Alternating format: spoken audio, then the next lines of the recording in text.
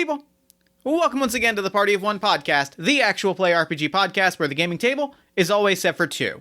I'm your host as always, Jeff Stormer, and this week on the show, I am joined once again by my good friend Riley Rethal for a game of Galactic 2nd Edition.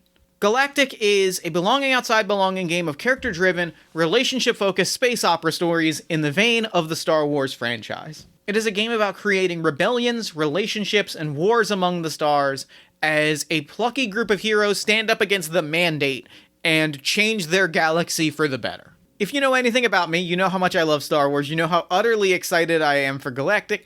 Galactic 2nd Edition is out as of today, May the 4th, 2021. And let me tell you, I've been so excited for this game. I was so excited to release this episode, to play this game. I adore Galactic. I'm such a big fan of this game.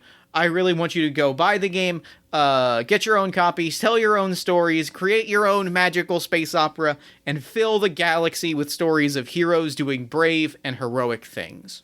You can find your own copy of Galactic by going to metagame.itch.io/galactic. Or you can check the show notes for more information. And yeah, with that, I actually don't have anything else for you, so let's go ahead and throw it over to me in the past so that he can get started with the show. Take it past me. Thanks, future me.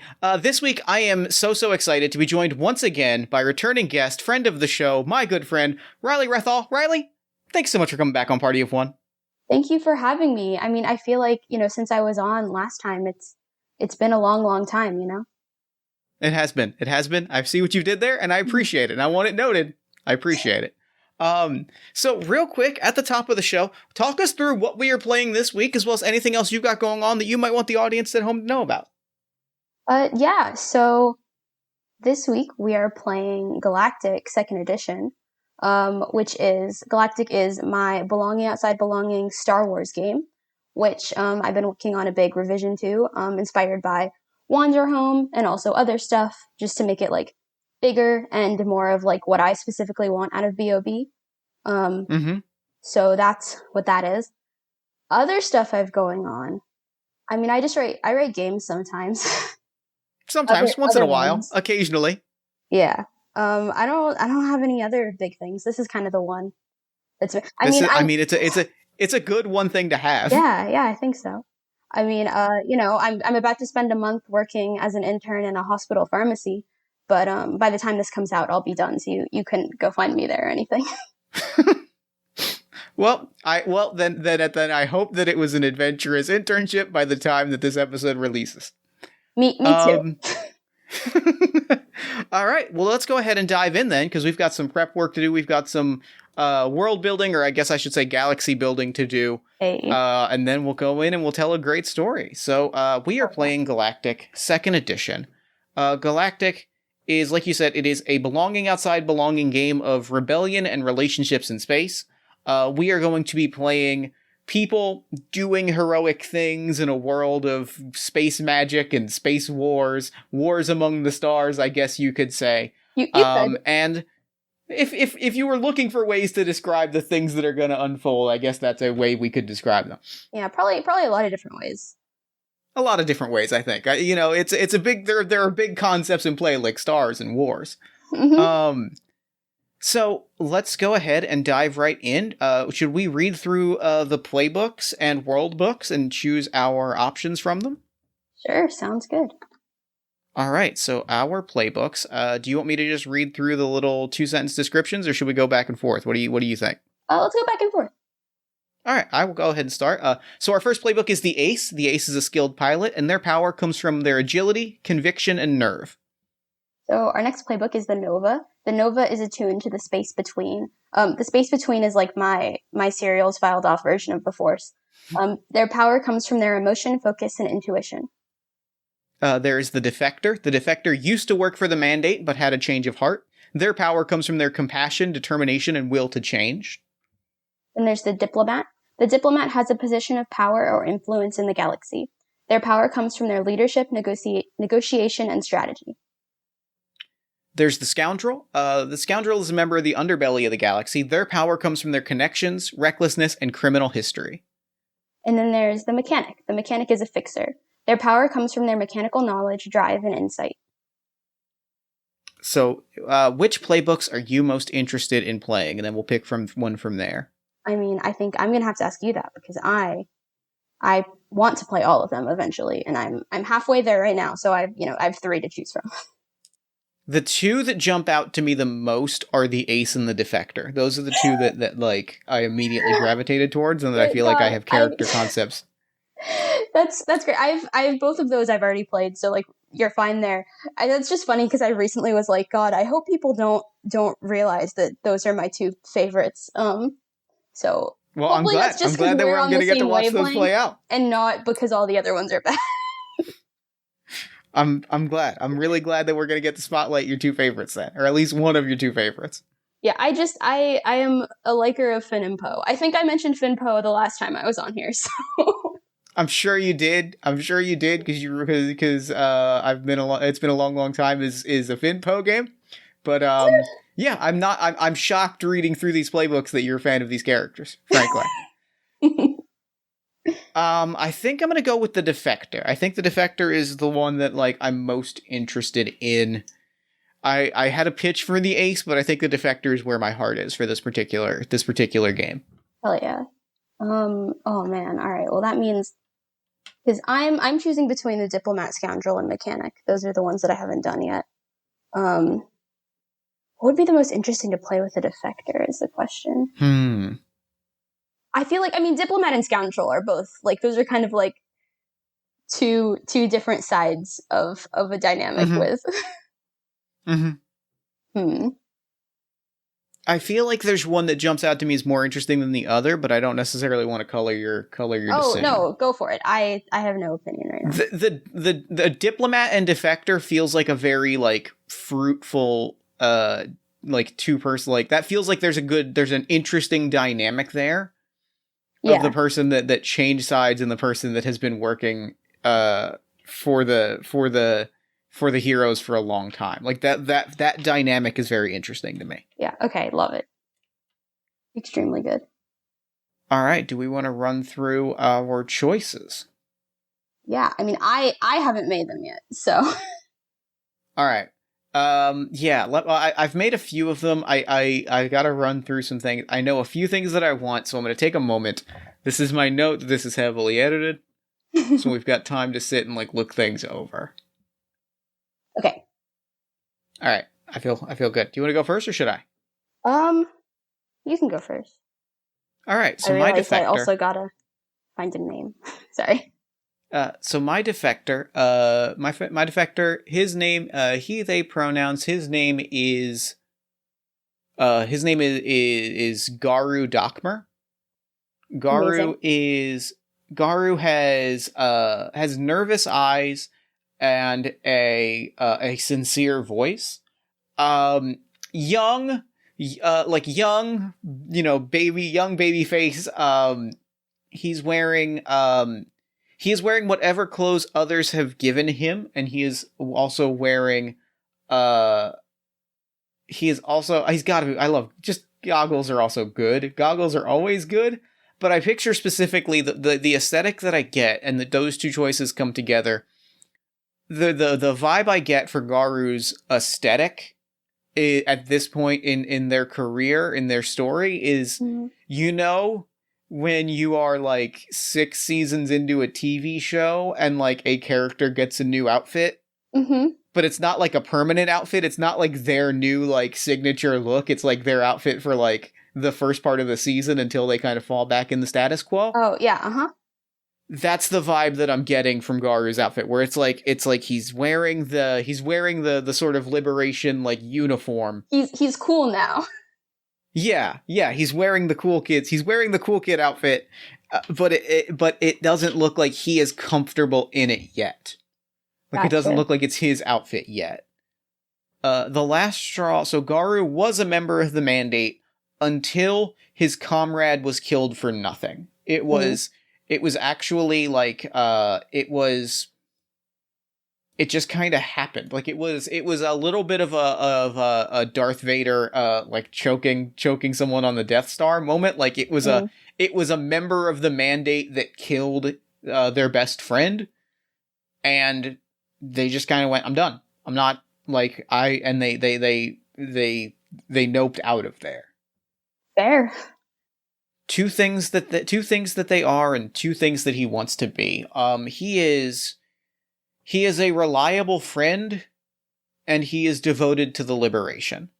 He wants to be at peace with their past, and they want to be calm under pressure. Hmm. Oh no, they want to be fitting in with their new environment and at peace with their past. That feels like such a juicy pairing that's where I want to run with it. And their two relationships are with their commanding officer that wants them dead, and with the liberation fighter who reluctantly trusts him. Maybe that's me. I don't know. We'll see. We'll see. Okay, so my diplomat. I made a names list in preparation for this, and I'm very happy I did. So my character's name is Kane Arcana. And great name, great Star Wars name. Thanks. No, well, just let me keep going. And she's like a military personnel in the Liberation. And she's a major, so she's Major Arcana. Damn. I'm gonna go ahead and just stop the recording. I feel like we got what we needed out of this. I feel like we're good. I don't feel like we need to go any further. Oh yeah, that's all you really need to know about Galactic 2E. We got it. We're done. Oh, very good. I love that so much. So she has formal speech and a wistful smile. I think this is I tend to play like feral teens and such in RPGs, and so I'm trying my hand at someone older. So we'll see how that goes. But I think that's an interesting kind of juxtaposition with Gaia. Yeah. So she has a military getup, a concealed blaster, and metallic accents, which probably like metals and stuff. Yeah, for sure. And her two beliefs are: there is no such thing as I messed up the word negotiation twice now. There is no such thing as negotiation with a mandate, and violence is necessary for creating a peaceful future. The two things that she engenders in those around her are righteous anger and determination. And her three relationships are the leader of the other rebel force with disagreeable methods. So I'm assuming there's someone who's kind of like, maybe wants to have a more like, what's the word? Like moderate kind of stance. Yeah, for sure. And then her finicky translation droid and the smuggler gotta who have still a finicky owes translation me. droid. You really gotta. And then the smuggler who still owes me. I want to throw out immediately, partially because like I am also Finpo trash, but like I would love to have a relationship with the smuggler that owes you. Good. That smuggler snuck me off of the mandate ship. Yes. Or like I was galactic hitchhiking and that smuggler is the reason that I have like ended up with the Liberation. Like I hitched a ride and they were headed here, and then they met up with you, and then I ended up following you around like a puppy dog. Okay, cool. So I'll come on again. We can play Ebolt again with this. Good. Done. Sold. Yes. You can't see it, but I'm smiling very big. Good. All right, so now we're asking, I think we should probably ask both our left and right questions to each other just to really flesh out, how we relate to one another. Oh, yeah. And then we'll go 1-1, we'll go back and forth. We'll do one each. Okay, so, let me ask you the first question. What was the first thing you noticed about me? I guess the question is, how did we meet then? Specifically. I think literally the visual that I get is it's got to be through this smuggler, right? It's got to be through this central character. Maybe it literally was I walked off of that ship, and the smuggler was on their way to meet you for business, and I just kind of hopped off the ship and was hanging out behind them, hi. I mean, probably the in-character thing to say is that you were wearing a mandate uniform or something, and I was immediately very defensive. I guess that's probably not exactly the right word, or on the offense, Mm-hmm. and probably to the smuggler was what the fuck. Yeah, like Why did what you are bring you this what person here?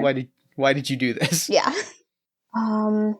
God, I'm trying to pick between these questions. I think I want to start with, what sensitive information did I tell you recently and why? I think you probably told me that there is some kind of operation unfolding, like some sort of like top secret need to know operation unfolding Mm. that you probably like have just keyed me into. And I think it's like, what if it is half that like I am supposed to play a role in it, whether it's just like I am protecting you, or I am protecting someone, or I am a gun to shoot at a thing, or the other half is this is you, this is like, and this is partially me eliminating one of the questions that I was thinking about asking, but I don't think I want to. I think there's more interesting things for me to ask. This is you figuring out if you want to, or if you could trust me. I like that. So like, this is the mission that you've brought. This is like the operation, like the story we tell here is the operation that you've brought me in on. Yeah, like to prove yourself. With this. Yeah. This is my chance at really fitting in with the liberation. Sick. So I want to ask you, why do I trust you more than anyone else here? Oh. I think it's because Kane is very much a person who is like, keep your friends close and your enemies closer. So like because you're here and because people don't trust you, including Kane more or less. Mm-hmm. Other people want to stay away, but she's like, nah, like, here, do tasks for me. I want to see what you're up to, you know? I like that. I really like that. And because of that, you're like, oh wow, she's giving me tasks. Yeah, it's in the back of my mind. I think I recognize that. I think I recognize sure. that you're like running me through the. But on one level, it is absolutely just like, well, this is it. This is how I get in with the liberation. And in the back of my mind, I'm like, you're being tested, right? But like, I'm just like snuffing out that voice out of sheer enthusiasm and a desire to do right by people. Aw, good. Man, I feel like we've already answered both of the other questions I was thinking about asking. And I don't really want to ask how you betrayed my trust recently, because I feel like we're kind of about to explore whatever happens there. So maybe I'll just do this one, and you can probably think of an interesting answer. Do you find me comforting or cold? I am not a parody of myself. I said it. I think it's both. I think it's that you are undeniably cold to me, right? Like I am ex mandate. You don't believe that there is any negotiation with the mandate. Like, there is no way that you are treating me with a welcoming energy. Mm-hmm. Even as you are like giving me stuff to do, like there's no mistaking that these are tasks from a higher up the chain. But I am someone that fell in with the mandate I'm someone that fell right in with the mandate, like, because I saw it as the thing I was supposed to do as an adult. So it's kind of nostalgic, is what you're saying. Yeah. So for me, I'm like, okay, cool. I'm getting orders. Like I do not have. I lack the emotional intelligence to process that this is not, to process the intent behind you giving me orders, and for me that is just the default. Oh. Like, I'm like, okay, cool. She is my higher up and she's giving me orders. Great. All is as it should be. Oh no. Why would I expect anything else? She is my superior and she's giving me orders. That's how it goes. I'm so sorry I've done this. I love it. It's great. It's perfect. God. All right. So now I believe we move into our setting books, correct? Yeah. All right. So walk us through the setting elements. Yeah, let me go back to that tab. So there are 4 setting elements in Galactic. There's the space between, which is my serial numbers filed off version of the Force. There is the Mandate, which is my serial numbers filed off version of the Empire. There is the Liberation, which is my serial numbers filed off version of the Resistance / the Rebellion. And then there's the Scum and Villainy. Criminals. I am so happy that that's that's verbatim in the book underneath. You also play the Scum and Villainy. Criminals. I love it. That makes me extremely happy. I just kind of wrote it because I was very tired of writing things and just wanted to publish the game. But now I feel like it's part of the flavor. It fits so well. Like it just has the exact energy that I want from that setting element, and I would be upset if there was anything else there. Great. Glad we're on the same page. So we should run through each of these setting elements and pick our two desires each. Do we each want to pick one of the desires from each of the playbooks? Sounds good. So let's start with the space between. The connections between people are what surround us and give us strength. The galaxy is never silent. It is alive and humming with energy that you can feel if you pay attention. When channeled correctly, the space between can turn dominions into empires and revolts into revolutions. But be careful, for concentrated power can be dangerous for anyone who dares come near.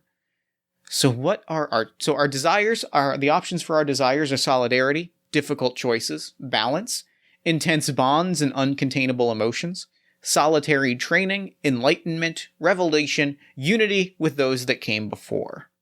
Yeah, this is interesting because neither of us really have any connection to the space. Mm-hmm. I know which desire I want to pick for that exact reason. All right. And that is, I would love to posit intense bonds and uncontainable emotions. I think that is a natural way for the space between to posit in with the characters that we've built in the scenario that we're going to be playing through. Fair enough. And then I feel like that also fits because I was going to say difficult choices. Yeah, I like that. That gives me a very good picture of the space between as, for lack of a better way to put it, like a galactic sense of drama. It's like a heightened sense of reality, right? Like the way that this feels like it processes it, and we could talk through in play if we decide we want more like literal serial numbers filed off Jedi and Sith things, but it feels like there's this sense of heightened reality to it, right? For lack of a better way to put it, it feels like there's a bullet time nature to it, right? Where like when you feel something hard enough, reality shifts to accommodate it. I love that. I am not a parody of myself. I say as I posit a scenario where if you believe in something hard enough, that belief manifests into reality. God, you're so valid, though. Okay. Would you like to read the intro paragraph for the Mandate? I would love to. Sometimes it feels like there's no escape from its gravity. The Mandate is an intergalactic superpower that uses its might to control the galaxy with fear, propaganda, and alienation. The only way the Mandate can perpetuate itself is with constant aggression, advancement of weaponry, and violence. And we know that it will eventually collapse under its own weight. However, until then, it continues to cause death and destruction across the galaxy. And its desires are untold destruction, unquestioned supremacy, military expansion, an end to the Nova, hierarchy and order, dominion over the space between, and restoration of an old order. Which desire feels like it does, or any of them jumping out to you? I don't know. One. Oh, go for it. No, please. No, I mean, I was just going to say, I feel like military expansion kind of makes sense in the sense that, like, the Liberation has also some kind of military structure in this case. Yeah. And the other one that I was floating towards was hierarchy and order, because I feel like that ties really nicely into Garu's background. If it was like you stepped out of line and if like someone like stepped out of line or like did something or like messed up an order and got offed for it, that feels very good to have it be like that this is that is military expansion to the most horrific degree of like rank is the most important thing, and if you violate rank, like your life is in danger. Yeah, love that. I mean, hate that, but like love that. Yeah. I love to undermine this thing that we built. Love to be a defector. Love to be a defector from this.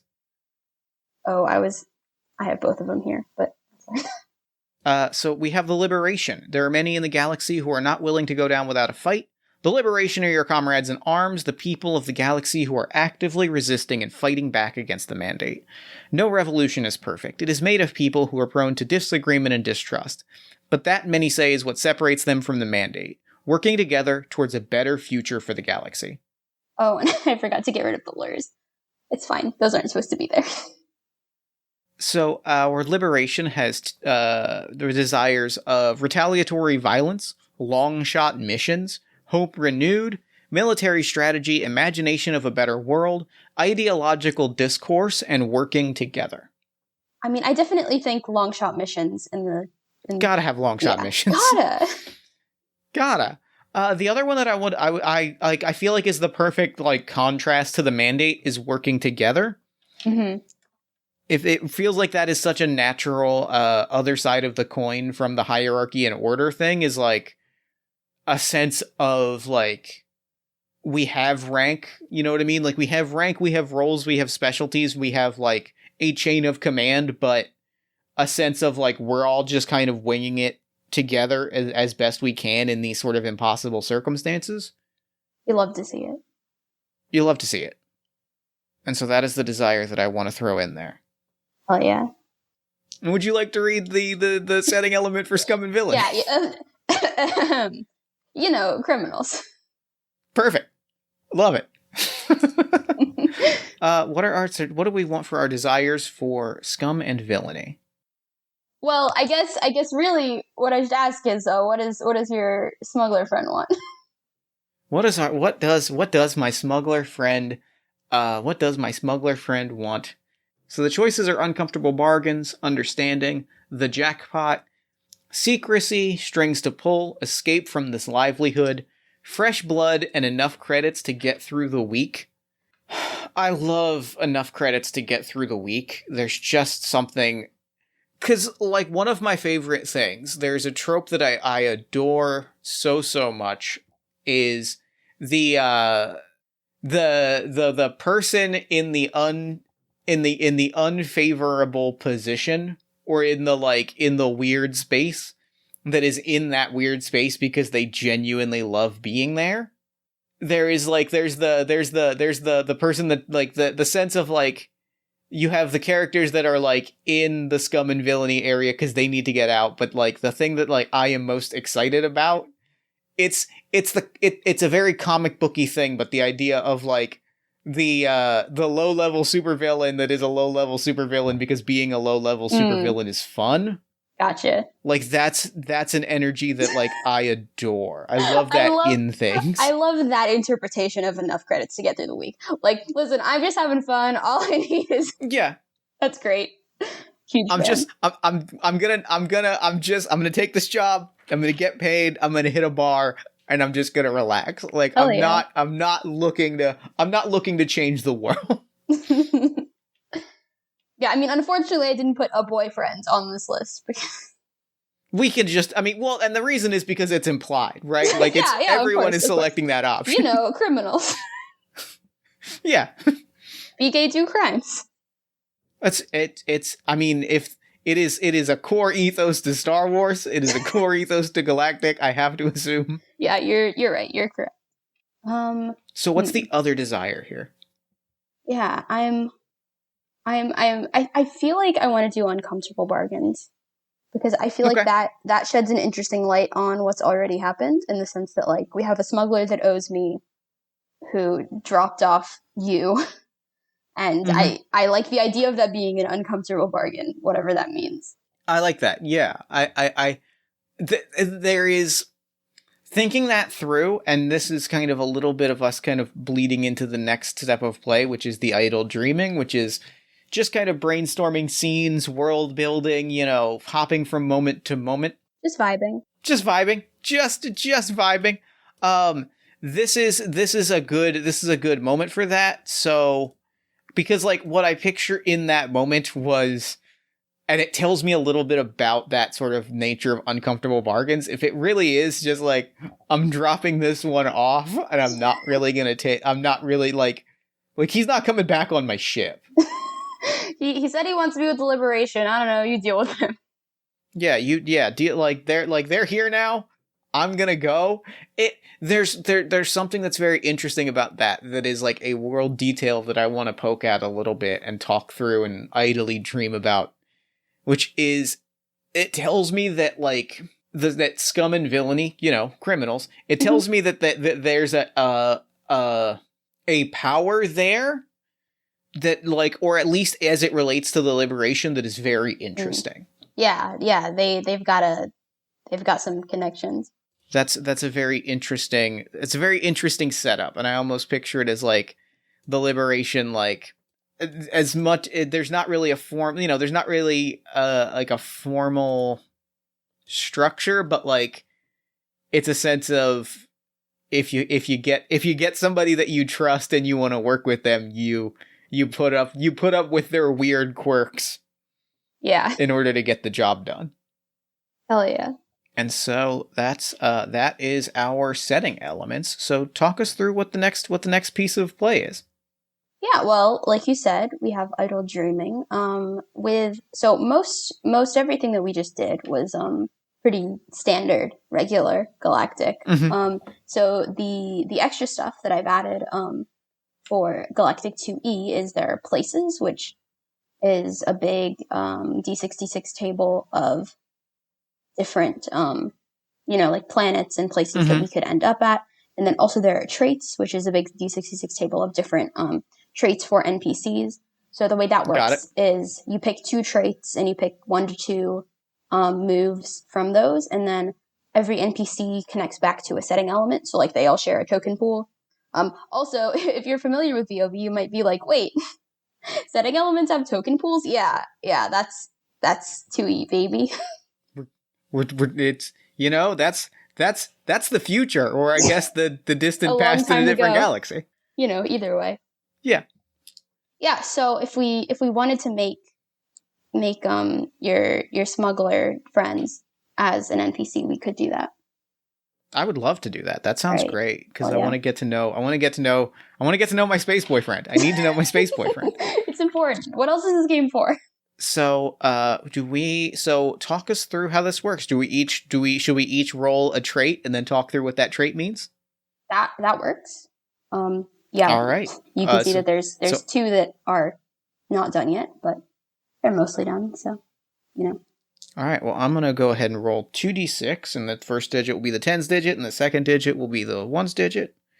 So that is a 1. So this is going to be a social trait. And our 6 is a 5, which is gossipy. That's fun. Wait, that's so funny. That's so funny. You got the reverse of me, because I got 5 and then 1. That is interesting. Which is also interesting because it's faithful. I like that. I like that a lot. That is a very good combination. Yeah, that's extremely good. And I feel like kind of fits what we have so far about him. Yeah, in a big way.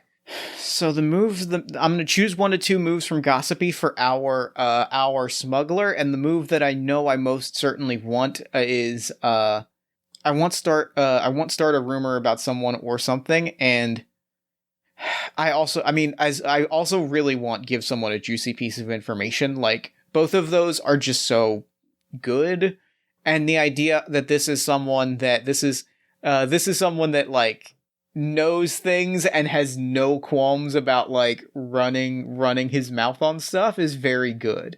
Great. All right, and then I'm going to definitely give someone reason to carry on when they feel dejected or hopeless, and give them a token. Love it. How can we? I'm wondering how we can like make. No, that's not right. Shit. Sorry. Trying to figure out how we can like keep record of this. Oh, I will just put it onto a text thing and drop it into the Discord chat. Okay, cool. I feel like one of us should give him a Gata token move. I mean, I do like spend a moment to reflect or pray. That is kind of nice. So I'll do both of those. Oh, and also you should give him a name, which I already have a list. So, there are so many good ones. Do you mind if I name him Dash? No, I love the name Dash. Okay. The Dash is one of those names that like I default to in the back of my head, and so having it in the game fills me with joy. Good, great. that on my name list there's a last name, but I don't think he has a last name. I think it's just Dash. It's just Dash. Everybody knows Dash. Yeah, you would think it's because he's fast, but like actually he's just kind of average speed. It's one of those names. It's one of those he gave himself the nickname situations. Good. But the trick is you don't tell anyone your real name, and then they have to call you by the nickname you gave yourself. Yeah. At a certain point, if you just insist enough that's your nickname, that people will just work with it. Powerful, a power move. I love the idea that he's actually like a huge nerd among smugglers, but because he's the only smuggler that Garu knows, Garu thinks he's really cool. He is. That is a trash trope that I adore. Is that he is leaning hard into it, right? Like he is for sure, like being like, I'm very cool and important. Mm-hmm. And anytime there's like another smuggler nearby, they're like, oh, is that Dash? Oh God, Dash is coming over here. Just pretend like you don't see him. Aw. No, I'm very cool. I'm very cool and important. Love it so much. I adore it. So what I would love to do, mm-hmm. as we get, what I would love to do is, I have a big question that we can kind of idly dream about, maybe lay out a location for, to give us some ideas on, is what mission were we given? I think that like whatever it is, it's kind of the three. I think it's kind of just the three of us. It's Dash, it's Kane, and it's Garu are like. Mm-hmm. In the heat of the scene that I'm most interested in is us like in the heat of whatever mission we're in, but I don't know what I want that mission to be. Gotcha. Yeah, I mean, do we want to like roll a place or two and yeah, let's roll a place or two. Let's roll a place or two, and then that kind of will tell us like we can kind of like point at a thing that we kind of see and run with a thing until we kind of have an idea of what sort of thing we're in the middle of. Here we go. 3 and 6 is Junkyard. All right. Well, that gives a vibe real quick. That does give a vibe real quick. Real quick. All right. Junkyard. So let's choose 2 to 3 aesthetic elements and 1 to 2 rumored to be here. Should I read all the choices or just? I think we can just pick. So there's an aesthetic element that I want to grab. Mm-hmm. Because I think it's going to be fun to almost immediately invert that. And that is not another soul in sight. Like, for these 3 characters to be alone in a massive junkyard is fascinating to me. Yeah, that's not any of their element. Yeah, that is not where any of these characters naturally belong, and so that is immediately exciting to me. All right, and then I also like signs warning to keep out. Yeah, that feels good. And then we get to choose, I would also like to pick Mountains of Rusting Metal, because the aesthetic of just, like, peak cartoon junkyard mm-hmm. is what I'm seeing in my head. Yeah, good. I have a vision of, like, an aerial shot of, like just zooming out and then being like, oh my god, where are we? And the thing I'm seeing in my head, because at this point I'm leaning into being a parody of myself. In the film of what we are telling, right? Like mm-hmm. they're in the background of shots, you see there are a lot of like visual gags. There's like a Dalek like half covered up, so you just kind of see the head and the little plunger. Oh, good. And like there's just a bunch of like little things like that are hidden amongst these piles of rusted metal, so that people will go back and watch it on Netflix or Hulu and be like, aha, I see that. There it is. There's a DeLorean somewhere. There's the door of a DeLorean is sticking mm-hmm. out from a hill, so you just see that sort of like hanging open the hatch door. Oh, good. I love it. So what's rumored to be here? Good question. I mean, I do like not quite what we're looking for, but close enough. That was exactly what I floated towards as well. Good. I'm trying to decide if I would like to roll another location, or if I'm thinking if we just want to really stick with the junkyard. Yeah. I think sticking with the junkyard feels good. I think I think I want to watch these characters, like, play things out in a junkyard. Classic romance trope. Yeah, just hanging in a junkyard. You know, what romance story did not involve hanging out in a junkyard? I think the thing that we're looking for is... I keep coming back to, like, a reactor core or something like that, like, is just, like, a big, giant, like, heavily, like, energized, possibly exploding thing. In true Star Wars fashion, it's a big, giant box with a light in the middle that might explode. I mean, if we're gonna have a MacGuffin, we might as well just have a MacGuffin. That's what I'm thinking. Like, it feels like this is peak, like, obtain a MacGuffin. I mean, that's what the Space Between wants. Yeah, the Space Between wants us to find an object that is going to put us in danger, and it put us in the worst possible place to find it. I'm wondering, why is it not quite what we're looking for, but close enough? Is it because it, like, it is the thing, but it just hasn't, like, it doesn't work anymore? Or is it, like, not quite the thing that we want? Maybe it's broken. I think I like it being the thing. That's the word. That's what you say when you say it doesn't work anymore. You say it's broken. And I think it's broken, like, I want to pause it and tell me what you think of this, that it's broken in the way of, like, it is classic movie device broken, where it is sparking and cracked, and, like, you know, it is the reactor core of a galaxy cannon, or of an Imperator class ship. Like, it is powerful enough to give us, like, a humongous military edge and power, like, a cruiser, and something that will really, like, turn the tide, right? Totally. And we just happen to catch a lead that there was a core of one of these things in this on this junkyard planet, or junkyard moon, or wherever we are. Yeah. I mean, Dash is gossipy, right? So he heard it from someone. Dash is like, oh yeah, I can find you one of those. Yeah, I can find you one of those today if you want it. God, I love the idea that we're here. Like, we woke up this morning thinking it would be a normal day, and then by the end of it, we are here in this junkyard. I feel like I feel like we are hearing Kane, like, we are hearing Major Arcana literally say that, right? Like, we woke up today. This was supposed to be an ordinary day.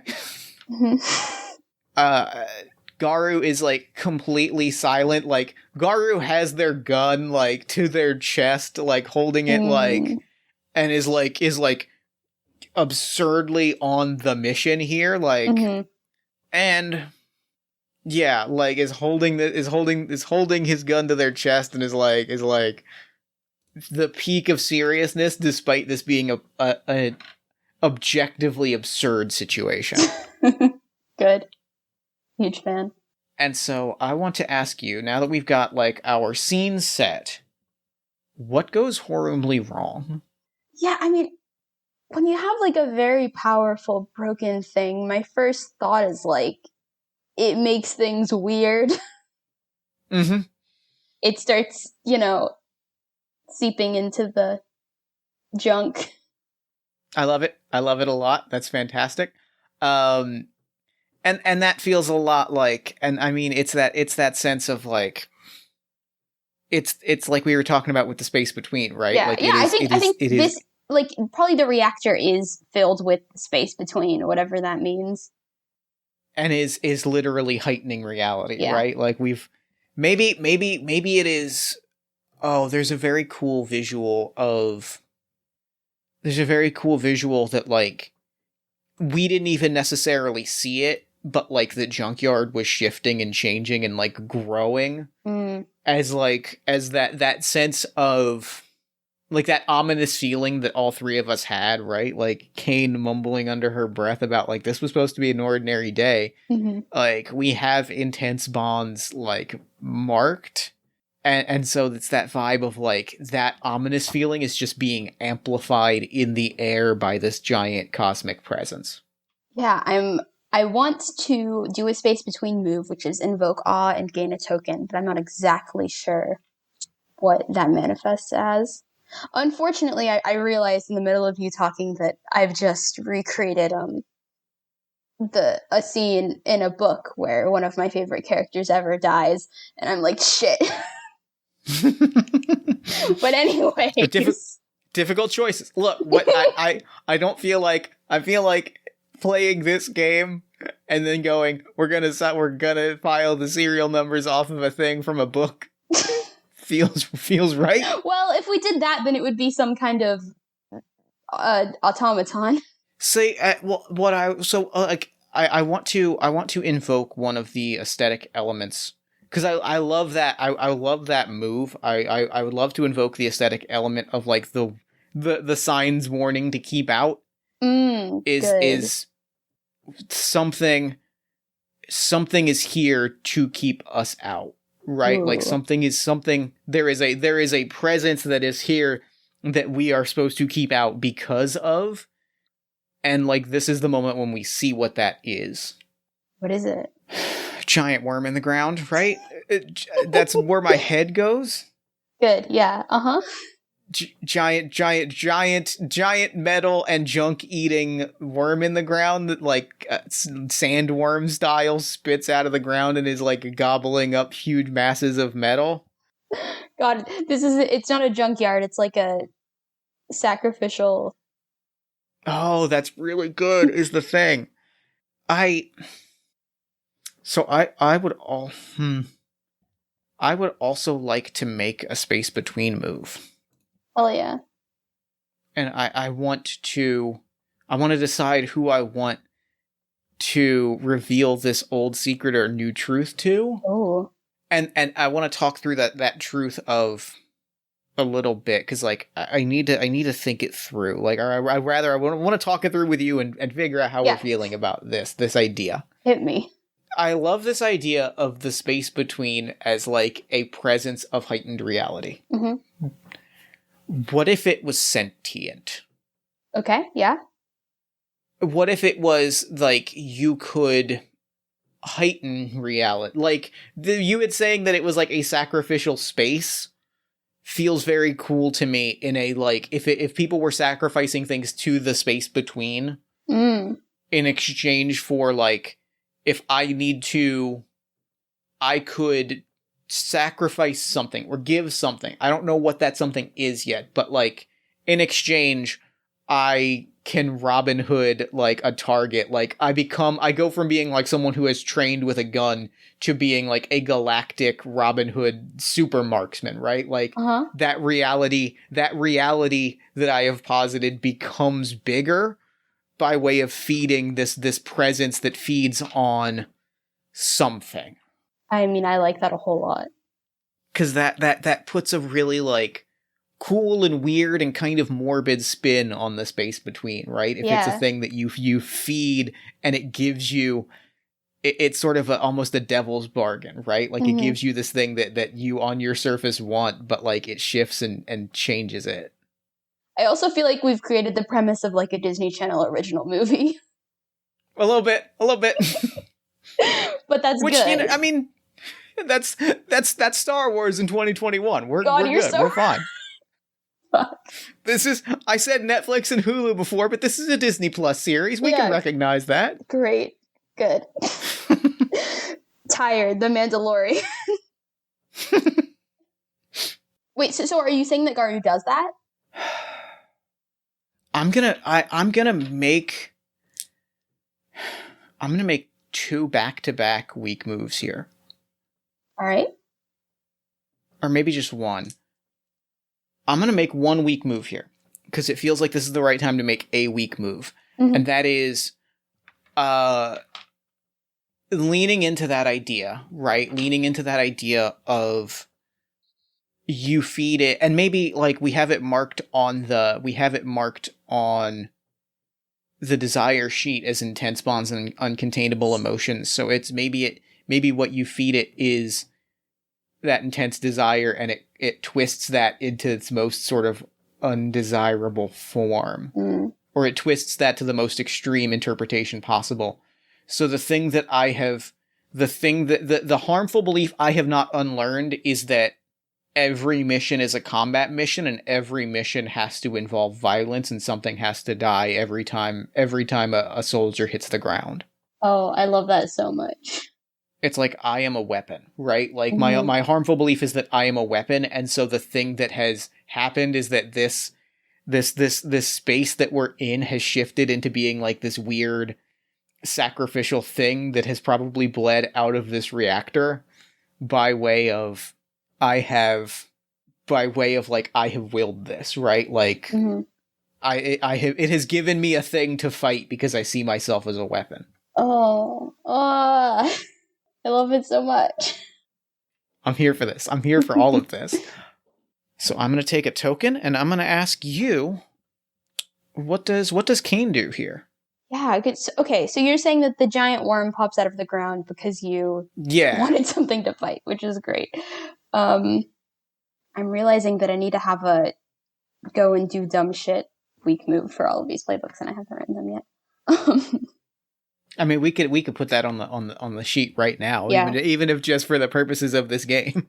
Let's say for the purposes of this game, let's put a weak move on both of our playbooks. I'm going to write it out in the chat. Mm-hmm.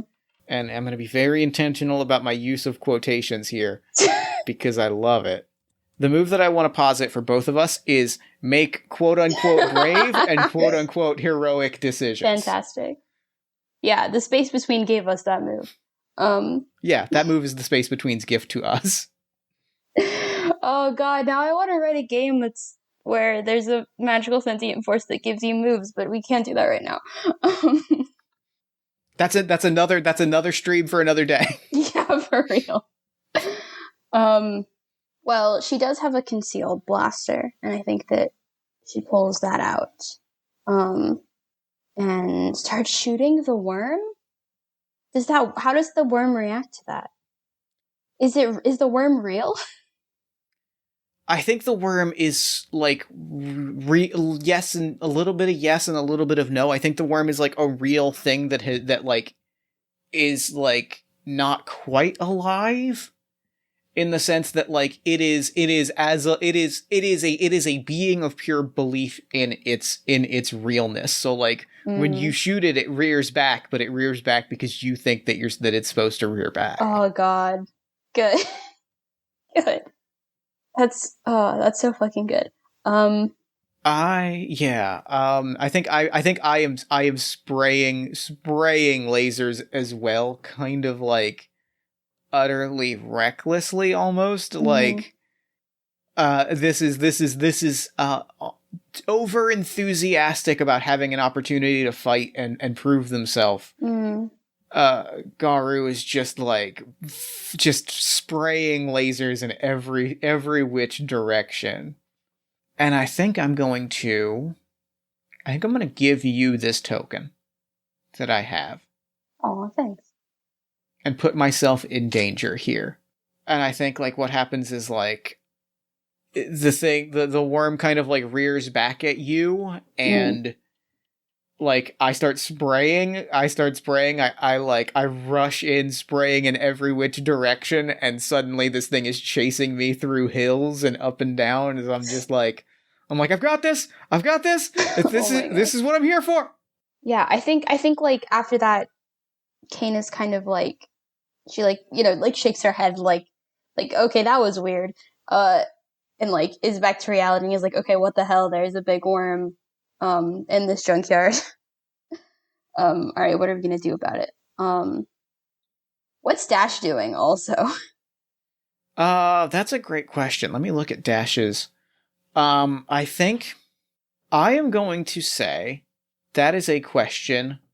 I'm gonna make a move for Scum and Villainy here. Yeah, hell yeah. I was about to say you could do that.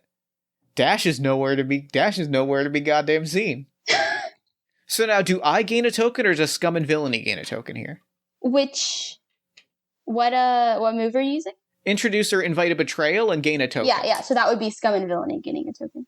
So I'm gonna give Scum and Villainy a token because I think Dash saw this, and Dash is not. This is a day job. Fair. This is for you two to deal with. This is not my priority. He dashed away. Yeah, he dashed. Now we find out why his name is Dash, and we find out why no other smuggler likes him. Yeah, I mean, I think what that looks like is like Kane looking over to like give orders to Dash, who is just gone. Mm-hmm. I think, and then we add to that like I'm on top of a hill. Mm-hmm. I spray a few lasers at the worm, and I look over my shoulder, and Dash's ship is like lifting off. And in that absurdly Star Wars way, like we get like I make eye contact with Dash, and my heart is broken. Aww. Despite the fact that he is in the cockpit of his ship.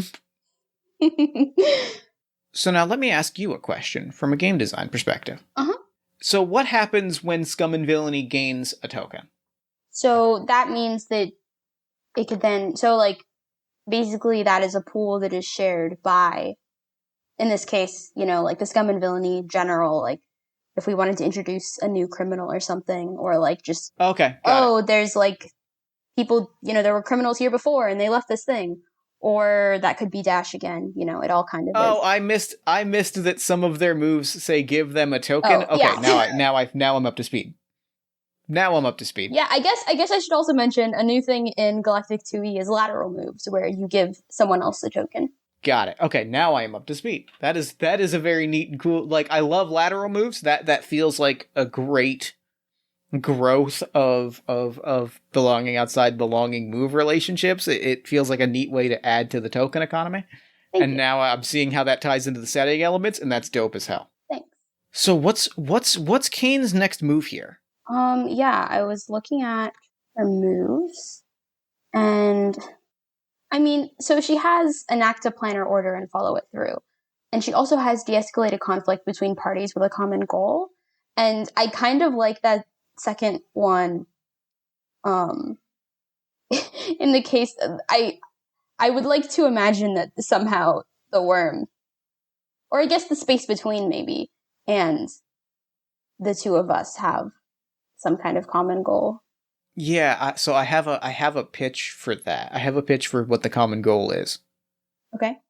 If this worm wants this reactor. And the space between wants to put us in a spot where we have to decide if we're willing to sacrifice that reactor. So the common goal is we both want the reactor. I think I'm wearing it on my back like a backpack. Oh, I was imagining it being way bigger, but that's fine. Yeah, I was imagining it being large enough that like one of us or maybe two of us was carrying it. But like, so let's talk about how big we think this thing is. I was imagining like, what is the size compared? Like table size. Okay, I like that. No, I like that. There's a very specific Star Wars visual. I'm not going to be able to find it, and it's going to kill me. Listen, I don't know what Star Wars is, so it's fine. That's fine. Galactic is what matters. There's a very specific shot. There's a very specific thing that two guys do in a movie that I saw one time about Wars Among the Stars, where like they make movies about two that? guys. Yeah, I know, right? Huh. You'd think you'd hear more about it.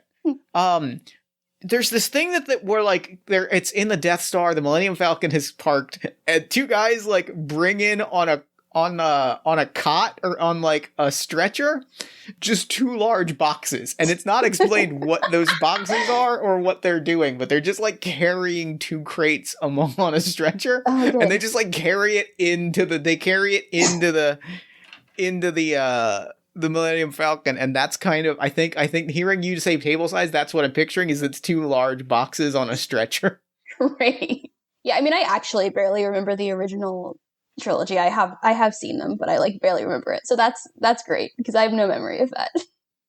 Good. I wish I could find a picture of these guys carrying these boxes on a stretcher, but like that's not a thing you can Google. That's not a thing you can find. I'm sure there's some like fancy word that it would be, you know, somebody screaming at their phone right now. Oh yeah, someone is listening to this, and I have made a lifelong enemy by describing this scene and not having the terms for it. Okay, so now I'm wondering how exactly I can de-escalate this conflict. I guess also without betraying the fact that the worm is doing the things that we think that it should do. Because I do really like that. Oh, is it that she realizes that? Oh, I like that. Yeah, that's great. Right? Like is it literally like because she's watching from a distance and trying to but like has her blaster out? She's it's like there's a moment that is a great like diplomat like strategist moment is like you're watching me fight this thing and you're almost watching it become more fearsome and more like more deadly as like you're watching me fight it. Yeah, like I was thinking like I was watching it thinking about its strategy for fighting you because I'm trying to, stop it and stuff. And I'm like, oh, it would probably, make a left right here. And then it does. And then I'm like, oh, yeah. And like after a couple, I'm like, wait a second. Am I making it do that? I'm gonna give you this token from the space between. Oh. I'm gonna give you this token because you have uncovered you've uncovered an old secret or new truth, so I'm gonna give you this token from the space between. Oh, thank you. Imagine me spinning around like Ash from Pokemon. I discovered an old secret or a new truth. With the token in my hand, like a badge. Mm-hmm. Yeah, 100%. Great. I mean, the space between does make things more like an anime, basically, so 100%. Canonically, that happens. It's that's canon. That's canon. There you go. You can't stop us now. Put it on the wiki. Yeah, and I think like after realizing that she because I think like she's like, oh, and now it stops, and like it doesn't do anything because that's like saying, what did you think? $1 million would fall out of the sky? Yeah. So she has to kind of like figure out an actual logical. God, I love this because there's no way to represent this in any kind of like visual medium, except like you're doing a Mind Palace scene from Sherlock, I guess. So what's unfolding here? God, I'm so sorry. Right, but like she has to like be like, okay, what is like a logical thing that I could actually make myself believe that this worm would want? And of course, the first thing is like the reactor. Oh yeah, and at that moment, it like pauses and turns back to the reactor. God, that does rule a lot. It does. That is like that's a great moment of like you talking through this, and then you look at the reactor, and it turns and it looks at the reactor, and then I am turning and looking at the reactor, and it's just like, oh no. I'm wondering if I'm going. Oh, go for it. I was going to make a weak move, but I'm going to hear what you had to say. I was going to say, I'm wondering if I want to ask the worm what would get you to side with me or my cause right now. Oh, that's interesting. I don't know. Maybe we already kind of did that. No. I think that's perfect. I like that a lot. I think that I'm looking at our setting elements here, and I'm trying to decide what the answer to this question is. I think it is. You would have to identify something that it would want. If you can think of something else that it would want, rather, if Kane can think of something else that the worm would want that isn't the reactor, then it's going to want that thing, right? Like if there's something, if Kane can think of something. I mean, my first thought was like, where's Dash? Is he gone? I think I mean, he might just be gone. Like, that's completely fair, and I can think of something else. But I think it'd be very funny if this ended with her being like, "Nah, go after the one who's the coward." Here's the thing. That feels like exactly what the space between would want. And so I think reality has to like rewrite itself a little bit, right? Like I think we see like Dash is in kind of the upper atmosphere and is starting to get away, and then just like in a split second, a worm latches onto the back of his ship and like drags him screaming back to the ground. The ship crashes, he ejects, rolls out, is covered in ash. Aw. is like laying kind of like at boat, like I'm like stumbling up to you, like gun is empty. Dash is laying at your feet, just covered in dirt and muck. This worm is destroying the ship. Oh no. Great, And now we're all stuck here. and I think I really want to. I'm gonna make another move. I'm gonna make another setting move because I think this is the exact moment to make a very good setting move. Hell yeah. I'm gonna give a token. I'm going to give a token to the mandate Hmm. to foreshadow a larger threat. Ah, good. And I think like what happens is like we are stranded. We are stuck. I think I think there's a little bit more play to do, but this is close to a cliffhanger of like, for reasons unknown to us, mandate ships have appeared in the sky around us. Okay, good. That's what I was gonna say too. So Yeah. good. Yeah. It's like we're looking up at the sky and just like the silhouettes of ships are appearing around us, and it's just like, well, how the hell are we getting out of here? Oh no. Yeah, I love that. Fuck, is that the cliffhanger, or do we want to keep going? I mean, I unless you have something else that you really want to do. I feel don't know that I do, and that is a really strong cliffhanger. Yeah. Like that is a strong like next chapter cliffhanger, right? Like that's the strong end of this issue of this tie-in comic to the Galactic TV series. Okay. Is like watching those ships come down. Yeah, and we're like all like you know, I helped Dash to his feet. You know, we're all kind of standing like back to back in a circle, just like looking at the sky as these ships descend. Okay, I have one last beat that I want. Go for it. And I have a token to spend for it. Actually, it's two moves. It's two moves in rapid order, if I may violate the rules a little bit. That's not even a violation. You can. That's fine. Because I want to take this token from the mandate, give it to me, give it to Garu, and then have Garu have a strong move in exchange to give us a very good setup to a very good cliffhanger. Hell yeah. Putting someone in immediate danger. I think that like we see like the last page of this comic, right, is like a big shot of one of these ships that is starting to land, and on the side of it is like an insignia for this one particular vessel. Mm. And it's the vessel that Garu was serving on when their best friend was killed. Like this is the commanding officer that wants me dead, right? Like this is my other relationship.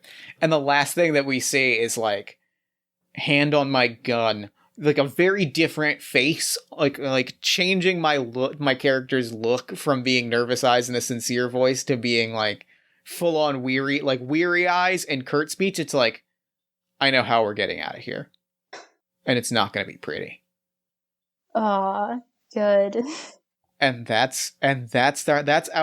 is our big dramatic cliffhanger, and that means that's game. Yeah. This was so good, Riley. I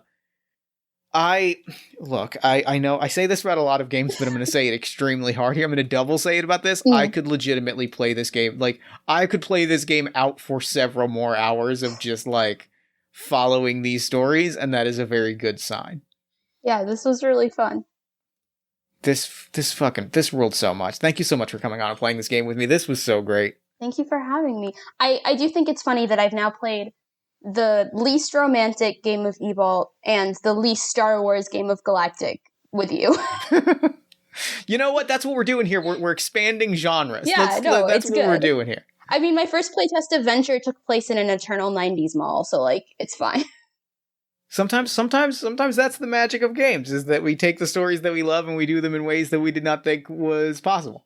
I mean, that is literally why I wrote this game, so like... I love it. I'm so happy about it. Thank you so much for playing this with me. Real quick, before we wrap up, where can people find you and your work online? Yeah, so you can find the games that I write at metagame.itch.io, and you can find my Twitter. This is the first time I'm plugging my new @ which is just Riley Rethal. I feel so honored. It's an exclusive hot scoop. Yeah, if you didn't know, if you care about me and you didn't know that I changed my Twitter, I can't imagine you caring about me and not following me on Twitter. Like, why else? Why are you here? Yeah, that's where the magic happens. Mom, I guess. That's Twitter is the space between. That's it heightens all of our emotions. Yeah. And makes us all feel intense emotions. Mm. Misery is an intense emotion. So this all tracks. Yeah. Can turn dominions into empires. Maybe not. I don't know. I don't know if that's anything. Well, thank you so much. This was so good. And for now, I'm going to throw it over to me in the future so that he can wrap up with the show. Take it, future me.